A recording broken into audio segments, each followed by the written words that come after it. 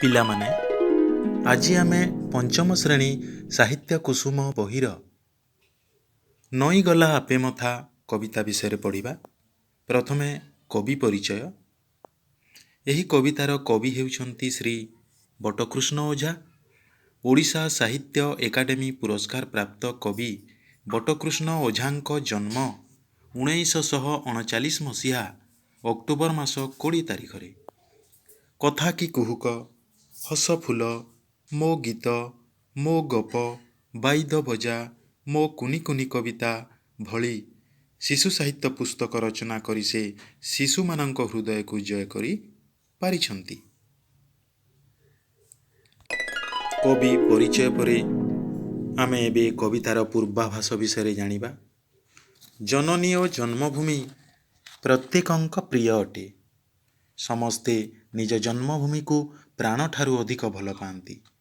ସେହି ଭୂମିର ପାଣି, ପବନ, ତରୁଲତା ଓ ଲୋକମାନେ ମଧ୍ୟ ଅତି ଆପଣାର। ଜନ୍ମଭୂମିର ସେବା କରିବା ଜୀବନର କର୍ତ୍ତବ୍ୟ।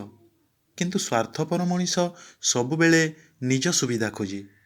ବହୁ ବିପଦ, ଘାତ ପ୍ରତିଘାତ ସହିତ ସଂଗ୍ରାମ କରେ। ସେ ଯେଉଁ ସୁବିଧା ଖୋଜେ ତାହା ପାଇଗଲେ ସେ ତାର ସବୁ କାମକୁ ଠିକ୍ ଭାବରେ କରିପାରିବ ବୋଲି ଭାବେ। ମାତ୍ର ଯେତେବେଳେ ସେ ଖୋଜୁଥିବା ସୁବିଧାଟିକକ ପାଇଯାଏ, ସେତେବେଳେ ସେ ତାର କର୍ତ୍ତବ୍ୟକୁ ଭୁଲିଯାଏ।